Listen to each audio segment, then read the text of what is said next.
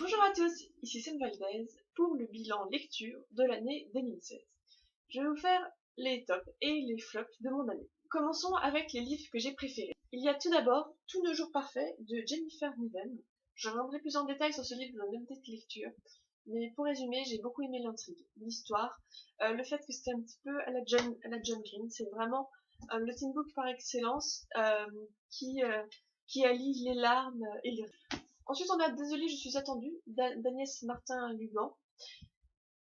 Je l'ai beaucoup aimé parce que même si le thème est classique, la manière de l'aborder ne l'est pas. Le personnage principal va évoluer et garder les changements vraiment sur le long cours. Ce que j'ai aimé là, c'est qu'elle va juste adapter sa vie de telle manière qu'elle puisse avoir de la place pour ses amis, sa famille. Pendant le week-end à Lille, j'ai eu deux coups de cœur, l'histoire d'Hélène Keller et La femme au carnet rouge. Deux histoires que j'ai beaucoup aimées, et j'ai déjà expliqué d'ailleurs dans la vidéo pourquoi, mais si je résume, dans l'histoire d'Hélène Keller, ce que j'ai aimé c'était que c'était une histoire vraie et que c'était vraiment poignant et émouvant. Dans La femme au carnet rouge, c'était le fait que c'était un petit peu simple, c'était un petit peu cocoon, c'était vraiment agréable à lire, qu'il y avait que des bons sentiments, que des choses positives et qu'à la fin tout se finit bien. Et moi j'aime les livres qui sont comme ça, qui sont aussi positifs. Le dernier livre que j'ai aimé dans l'année 2016, en fait je l'ai fini le 1er janvier 2016, donc je le rentre quand même, car c'était un livre que j'ai vraiment beaucoup aimé. Il s'agit de La grand-mère de Jade de Frédéric Degel.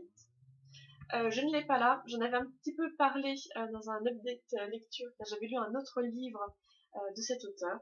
C'est un livre que ma mère m'avait prêté et c'était vraiment adorable. C'est l'histoire en fait de Jade et sa grand-mère.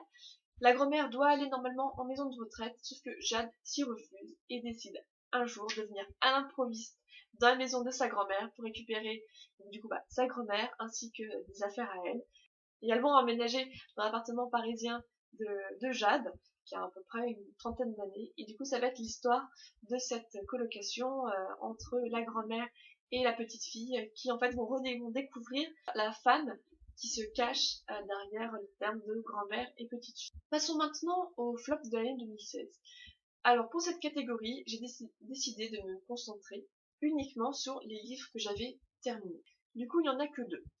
Le premier, c'est Soi d'Alessandro Baricco. Un livre qui est vraiment très court, que j'ai lu en une soirée. Je l'ai mis dans mon flop parce que je l'ai pas spécialement aimé, mais je l'ai pas non plus détesté. C'est vraiment le livre qui ne m'a rien fait, ni chaud ni froid. J'ai aimé le fait que les chapitres étaient très courts. J'ai aimé le fait que l'histoire n'était pas racontée comme une histoire habituelle. Cette histoire, c'est plutôt comme une sorte de conte, de fable ou de poème, mais sans les rimes et plutôt sur un aspect roman, même s'il n'est pas très long. Sauf que cet aspect-là m'a vite lassé. Mais voilà, j'ai pas accroché au style de l'auteur, j'ai pas accroché à sa manière de raconter, même si voilà, j'ai apprécié certains aspects. Un gros souci aussi que j'ai eu avec ce livre, c'est que l'un des éléments phare finalement du livre, un rebondissement de dernière minute, je l'avais vu venir, je l'avais deviné au moment où il commençait à mettre en place ce rebondissement, ce qui fait que du coup ça m'a un peu gâché le livre. Bon après comme a dit une amie, et voilà je vais avoir l'honnêteté de le dire également, elle le disait, je suis d'accord avec elle, je pense qu'il y a plein de choses que je n'ai pas compris dans le livre. Comme je vous le disais, vu que c'est sous forme de fable, dans ces cas-là, voilà, on a tous étudié les fables de La Fontaine en cours de français et on se rend bien compte que dans ces cas-là, il y a vraiment plein de messages qu'on avait zappés à la première lecture. Donc le deuxième que j'ai pas beaucoup aimé cette année, c'est La marque de l'élu d'Aidan Beverson. Je reviendrai là-dessus dans un prochain update lecture, je ne l'ai pas encore tourné.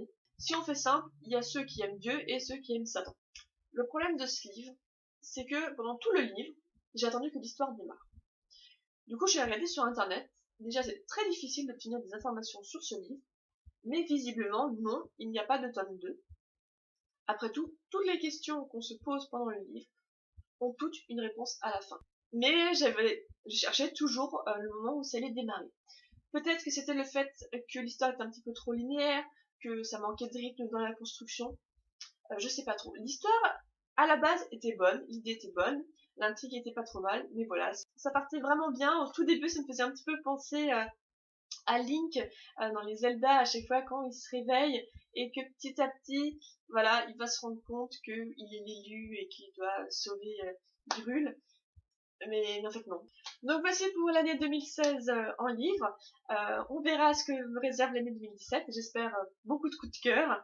Je vous souhaite du coup une très bonne fin d'année et un bon début d'année 2017. Et je vous dis à bientôt pour de nouvelles lectures.